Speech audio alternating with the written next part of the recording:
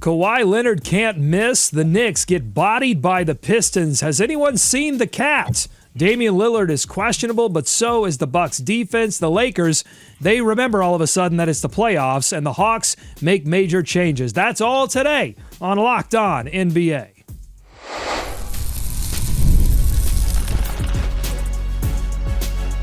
You are Locked On NBA, your daily NBA podcast.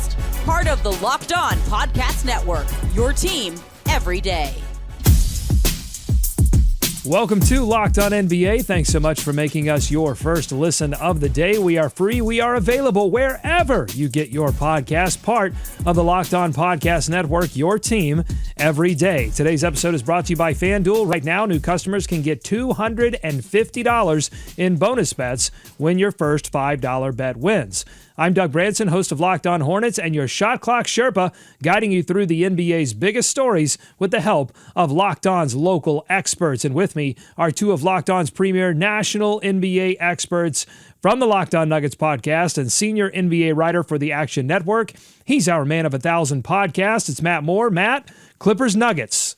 Does it have the potential to be the best series since 2015 Clippers Spurs? That one was absolutely ridiculous. I think Bulls Celtics 09 was the more entertaining series, but the basketball in 2015 Clippers Spurs was about as good as it gets. Like, that was actually better basketball. Chris Paul on a bad hamstring has the game winner in the closing seconds of Game 7 in that series. Like, it was just two awesome teams. And if that series hadn't taken so much out of the Clippers, well, they might have knocked off the Warriors that year. All right, we got a long way to go in this series. We will see. We've also got from the Locked On Bulls podcast, he's our Prince of Petty. It's Hayes, Cade Cunningham, 33-12 in the Garden. First Pistons playoff win since 2008. Has Cade Cunningham officially arrived? I want to wait, and part of me wants to wait and say until he wins the playoff series. But you know what? I'm going all. Cade has been so good this year. I'm going in. Yes, Cade Cunningham has arrived. Let's go ahead and embrace it. Detroit has a star. Cade Cunningham is great. Breaking news, folks. I want a Twitter image. I want everything. Hayes says that Cade Cunningham has officially arrived. I want to talk more about Knicks Pistons in a moment. But what a finish in Denver between the Clippers and the Nuggets. It was basketball ecstasy. Kawhi Leonard with a throwback for the ages. Can it last? Let's hear from Locked On Clippers host Darian Vaziri if he's starting to believe that Kawhi is all the way back. Fourth quarter, man. I mean, Kawhi Leonard closing. I've had some major doubts about the way Kawhi Leonard's closed. He often tends to lose his legs. He's over dribbling. He's taking too deep of shots. None of that was a thing in this game. He had his legs. I mean, if he's stopping on a dime and pulling like that, going to his right with that kind of acceleration late in games, that's not typical of what we've seen from Kawhi as a Clipper. It hasn't been. And I'm happy that we got this, literally, because, I don't have the clutch stats in front of me, but how many times Kawhi, with the Clippers, looks kind of gassed in a game, short on his shots, long, a lot of ISO dribbling, and everyone's standing around watching. And there was a lot of standing around watching him in this one too, but the difference is he's making shots.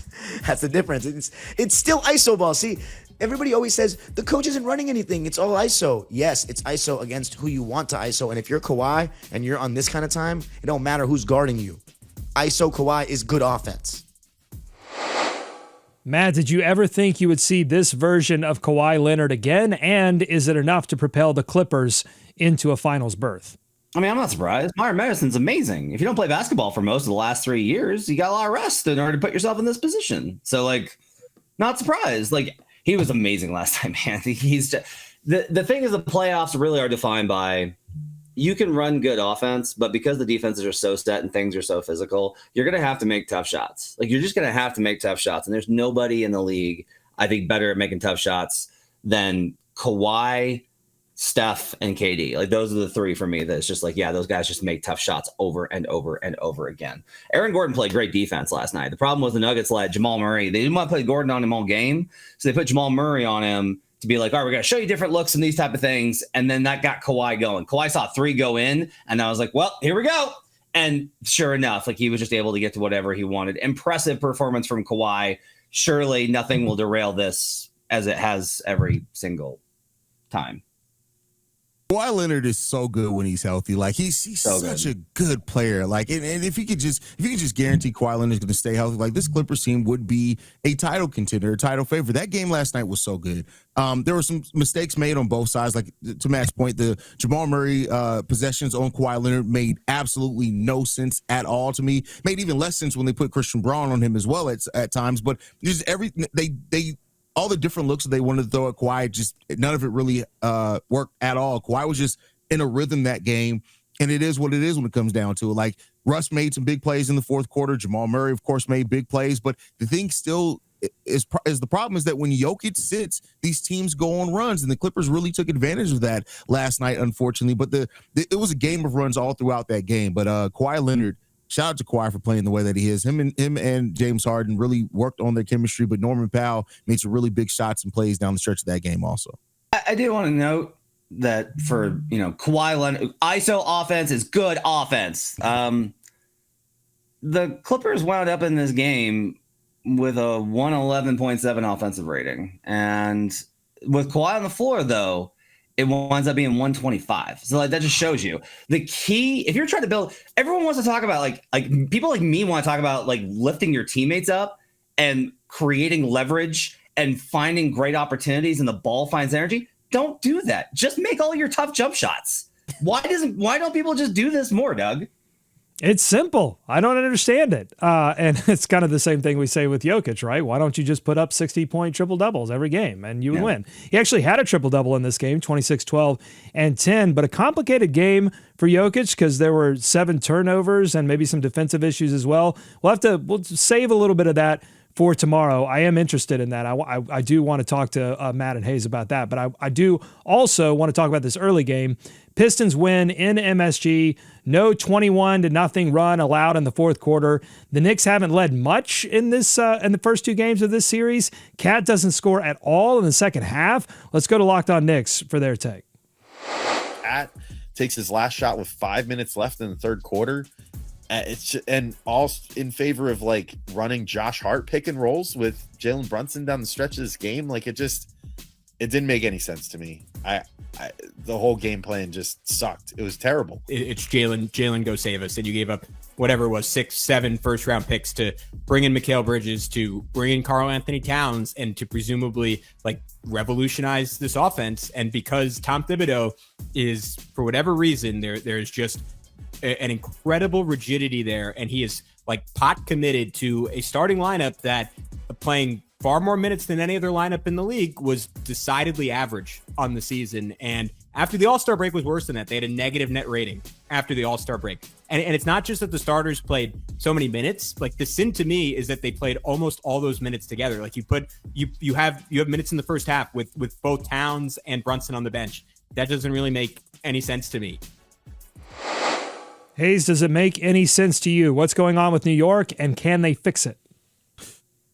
The Knicks don't make sense to me in general. How about that? Like the Knicks just, they're going to look great sometimes. They're going to look bad sometimes as well. But like, this is a team where I expected Detroit. I picked Detroit to win this series. I think that they definitely can. Of course, it's not going to be the sweep that I mentioned before that Matt made fun of me about. But how do they fix it?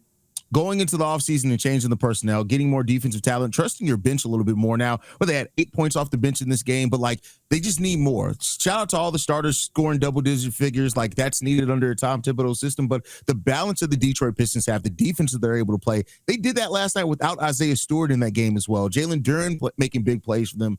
I just don't know. I think this Pistons team is going to be a very difficult matchup. And now that they've won 1 game in New York before heading back to Detroit, it's going to be a difficult game. I don't know, man. Like, I wouldn't feel too bad about the sweep call because, like, look, Pistons had that game under lock until Cameron Payne went off in the fourth quarter. Like, that's the difference between this being 2-0 right now. Yikes. What are we doing here with Karl-Anthony Towns? Like, what are we doing here as a coaching staff?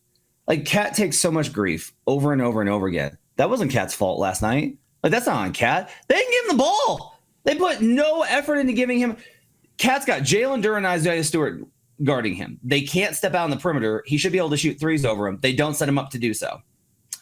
If they come up on him, he's going to be able to drive around him, but can't do that if he doesn't touch the ball. Instead, we're just going to have Jalen Brunson grift the griftiest grift that has been grifted since James Harden in 2018 in order to try and get this game going. Like,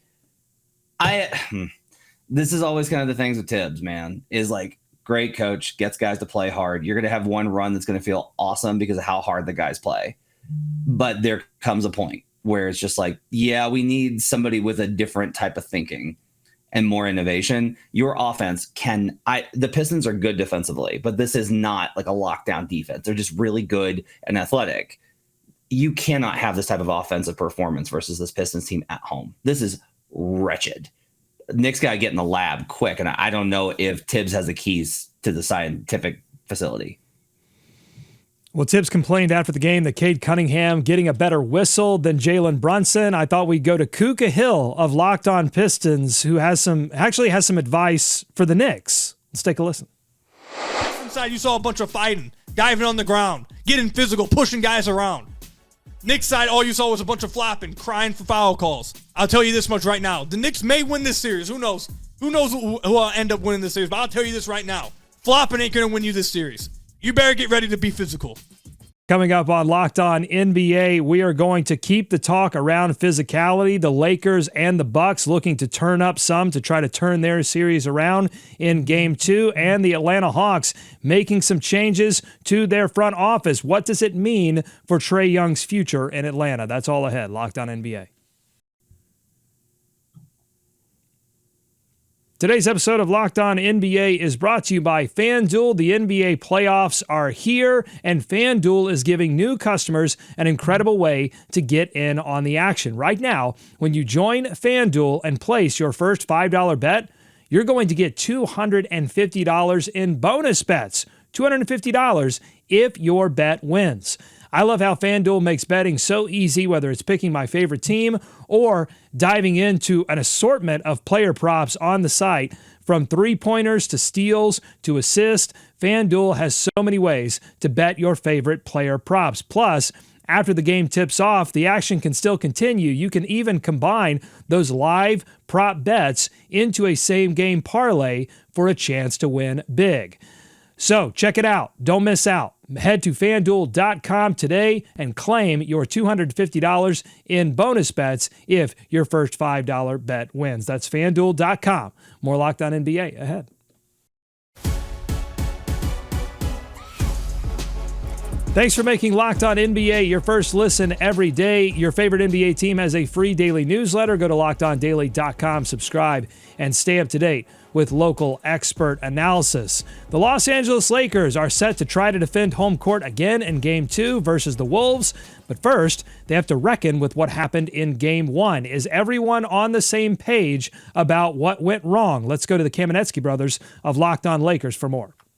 Not only did they play poorly in Game 1, but I think they all recognized how disappointing it is to play as badly as they did for the reasons that they did. Like, it's one thing if you play as hard as you can, you seem dialed in, you seem like you're giving the game the requisite urgency, and just the shots aren't falling, or for whatever reason, it's not working. These guys all seem to recognize it. The glass half empty version of that reality is, why the bleep did you not do that in Game 1 of the playoffs? The glass half full version of it is inexcusable, but we can fix it. These things are within our power, and everybody to a man sounded pretty determined not to let that happen in Game 2. That includes JJ Redick, who called Monday's practice the best we've had in months. Hayes, what should Lakers fans hope that they practiced heading into Game 2 tonight based on their Game 1 performance? How to play better defense. I think that's the thing that they need to. The physicality that the Minnesota Timberwolves are going to bring in this series is not something that they counteracted very well. They need to be physically ready for a very taxing series against this Minnesota Timberwolves team. That is where they're going to try to create their separation at. And I don't know if the Lakers are ready for that. Shout out to Luka, who's probably going to, look at the referees 15 times per game to try to get foul calls, but you're going to need more than that against this Minnesota Timberwolves team, because they are a pretty solid defensive team, how they played over the back half of the season. So they're going to have to get ready for the physicality, because the Minnesota Timberwolves are bringing it every single game in this series. I'm hopeful that they worked on scram switches, because like that to me is a big part of this. Is they really went into this game with like, come on, you're the Timberwolves. You have Julius Randle and Jaden McDaniels, Ance Graber, Rudy Gobert. Come on, like you're not going to beat us. And then you're actually really a good offense. You are a good offense. Like you're able to space the floor and create leverage and just beat guys one-on-one. They gave up so many switches where you're just like screaming, why are you giving that up? And this is like a problem in the NBA in general. Teams are so reliant on switches that there's no, unless you're a top tier team like Boston and a few others defensively, there is no real combat of these matchups. You're just like, oh, we'll just give the switch. And it's like, you should not be giving Austin Rivers a switch on to elite players. You need to hide that man away like he is the love in a Beatles song. Like, hide that love away for the love of God. So they got to do better about keeping guys out of matchups. You can give it, just scram it and get back. Because otherwise, if you're just like, yeah, we're just going to switch this and play one-on-one, Julius Randle is good enough to eat you alive. Naz Reid will destroy you. And that's before we get to Anthony Edwards and Jaden McDaniels. That to me is a big question in game 2, Doug, is like, what kind of offensive game does Jaden McDaniels have? All right, let's move to the Milwaukee Bucks. The first injury report out for the Bucks listed Damian Lillard as questionable, not out. We'll see if he plays or not. Locked On Bucks isn't sure, but they are sure about the need for the Bucks to be more physical with the Pacers on both ends of the floor. Should still be baked into the DNA of what they're looking to do. And I agree with Doc on like, hey, they're letting guys play in the playoffs. That's what you asked for. And again, I mentioned like temperament as something too I was looking at in this game of like, if you're not getting the calls, you cannot spend time complaining to the refs or staying down in the court and looking over it. But you have to get back. And I think for the Bucks, physicality has to be exerted on defense for sure. Make sure that guys can feel you, but also on the offensive end of just playing with pace, as we've talked about, of like, you can't be casual about it. So when it's coming like physicality on the offensive side, it's just really dictating your pace onto their defense. And I felt that the Pacers defense in game 1 did such a good job of denying the Bucks of a lot of actions they wanted to run. And then the Bucks just kind of were like, okay, well, now what do we do? So I always find this interesting, the sort of the hidden connections between offense and defense and how one allows the other to play. And I know that like getting Damian Lillard back won't have a massive direct impact on their ability to defend Indiana. But Matt, if he helps them match the Pacers' pace, could that give them an extra boost of confidence that they need to show up and shore up on the other end? I'm taking an L on this entire series, so you're going to have to ask Hayes. I was the guy that was like, they don't need Damian Lillard. They're better with this configuration against this team without him. And then they got absolutely shoved in a closet in game 1. I will say this. You're right about the impact of the physicality offensively. Pascal Siakam and Andrew Nembhard in particular, I thought were so good in game 1 about attacking. And there's a level of playoff intensity that like guys are caught off guard for if they're not ready of, yeah, no, you can lower the shoulder in the playoffs. You can't lower it so much. And if the guy flops, you can still get called for a charge. But you can hit first in the playoffs. You get rewarded for hitting first in the playoffs, and you don't in the regular season. We need to fix that, by the way. But like I think if the Bucks are going to start, they need to hit first. And a lot of that's going to be Dame, I think, hitting them with quick jab steps and the ability to score so they can get back and set their defense, Hayes. Yeah, I think this playing at the matching the pace of the Indiana Pacers seems like what they need to do. Now, coming into the series, I didn't think they want to play into the hands of the Pacers, but what they tried to do last game just clearly did not work. This Pacers teams, even without Tyrese Halliburton having the best game, was still able to pull out a win. So they need something different, some different form of energy, and hopefully Dame can bring that. Like, now the question, of course, is like integrating Dame back. How much do you lose defensively? Because they were a much better defensive team as the season ended than what they were throughout the majority of the team, and part of that was because Dame wasn't on the floor. So how you balance that is going to be really important to this one, but Dame could be that shot in the arm that they need. But I tell you what, if they lose this next game against the Indiana Pacers, you might as well write it off. I don't think they're going to gain the momentum back, Dame or not, to be able to win this series. Matt, when you say we need to fix that, do you mean that the regular season should be more physical or that the playoffs should be less physical? I of course mean the regular season should be more physical. Nobody watches sports for this nonsense of what we see in the regular season. Like nobody signs up for that. Nobody's like, oh man, I can't wait to watch guys not try and attack each other because it's a lot of work. Like David Allen made a really good point last night in Nuggets pregame about the defensive effort for the Nuggets in the regular season, talking about how like he thinks it's ridiculous when people say that NBA players don't try hard. He's like, you try playing basketball at this level 4 nights a week on travel every other day. College kids play 2 days a week. It's not the same against this level of athlete. At the same time, this is what fans want, which is why, again, as always, the show will return to we should shorten the schedule. Well, and I think they should just pick what type of game they want to officiate and officiate that type of game, because I think there's a section of fans, I don't know what the sort of weight is percentage wise, but there's a section of fans that do like the free flowing nature and more scoring and such, but they're two different types of games. That's my biggest problem. If you want it to be free flowing in the playoffs and in the regular season, officiate it that way. If you want it to be physical, officiate it in the regular season just like you do in the playoffs. You can do anything you want in the interior. You can maul guys, but if you get in the way of a driving guard, it's a bump foul. Like, that's not what fans want. Like, that's just not what we want. We do not want to see the perimeter defenders unable to defend with any sort of physicality. You should be able to do this. So yeah, like I totally agree that they need to like create more consistent officiating patterns. And you're right, there are some fans, that most of them being Steph Curry fans, that want you to never be able to hold a guy or grab him whatsoever at all. And I think that's totally fine. I think everybody should have the right to their opinion. Those people should also be stuffed in lockers. No, we need playoff physicality. Let's go. Yeah, sign me up for playoff physicality for a full season. There you go. But yeah, like to Matt's point, you gotta restrict the season, which is never going to happen. So I enjoy playoff basketball for what it is, the chess match of it, the fact that it is more physicality, the refs swallow the whistle a little bit more, and we've seen that throughout just 6 games so far to open up the series, the first round series so far. So love it. All right, coming up on Locked On NBA, we go back to some front office talk with the Atlanta Hawks. They're making big changes. What's it going to mean for Trae Young's future in Atlanta? Plus, we debut a new segment on the show called Roll Call, where we're going to call out some role players, some guys that may fly a little bit under the radar in some of these playoff series, but make huge impacts. That's coming up on Locked On NBA.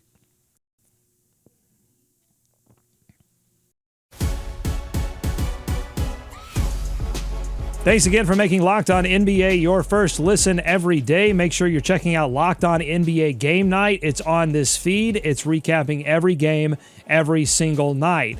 Yesterday, the Atlanta Hawks announced that they had fired GM Landry Fields and they promoted Onsi Sala into the role and are searching for a president of basketball operations, a role that hasn't been filled in Atlanta since Travis Schlenk in 2022. How will this affect the future of Trae Young? Brad Rowland of Locked On Hawks has more on that. It's going to be an interesting summer for Trae Young and the Hawks because Trae is extension eligible, and with 1 year left on his contract, the whole league, we saw this from Bobby Marks already this week, people that cover the cap aspect of the league and the transactional nature of the league have already been talking about this for a while. It is a natural extend or trade time frame for trade. Now, you don't have to do one of those things, to be very clear. But if you go by the pattern of the league, a lot of times when a star player gets to 1 year left on his contract, you either extend that guy or you look to trade him. Behind the scenes stuff that I've heard has been pretty positive in terms of Trae and his buy-in and his relationship with Quinn, all that stuff. Also, though, when it comes to money and contracts, stuff can change really fast. I don't personally want to tell you that I know what Onsi Sala believes is the best direction of the team right now. And right now, at this moment, he's the number one executive. All right, so a lot of stuff up in the air. Hayes, when I've asked you before what the Hawks should do, you've very firmly said that they should trade Trae Young. So I will ask you now, if they do go in that direction and they go from retool to rebuild and they do trade Trae Young, which teams should be calling the Atlanta Hawks asking about him? Ooh, great question. The Orlando Magic should definitely be on the phone right away. I think that in Trae's creation and his ability to shoot the 3 ball can help that team a lot. They need scoring there. I think he makes a lot of sense for that team. I think the Miami Heat could call as well. I don't know if that's the best move for them, but I do think that Pat Riley's going to try to explore every option possible for them. I would have said the Spurs, but the Spurs traded for De'Aaron Fox. So those are the two that come to mind right now. Memphis Grizzlies should call and have some conversations, whether it's for Desmond Bane or Jaren Jackson or Ja Morant. They should at least have those conversations. I actually kind of feel like there's like a 3-way trade we could do. Let's just send the young superstar with a spotty history all around. We'll just send Zion to Memphis, and we'll send Ja to Atlanta, and we'll send Trey to New Orleans, and we'll just flip them all around. I have a lot of trade machinations that are already rolling through my head for the summer, which we'll get to when the time comes. One thing I do want to comment on with the Hawks. So Onsi Salah, from what people I talked to yesterday, where I said, yeah, are you surprised? And they're like, well, no, he's been the one that's been it's been in charge really for over the last year. Like, that's not a really big change. He's been the one that's already been in charge. So this isn't a huge shift. If you're like, well, then why did they make this move? And the answer is like, there's a lot of cooks in the kitchen in Atlanta. Nick Ressler, son of the owner, he's now titled principal advisor to the governor.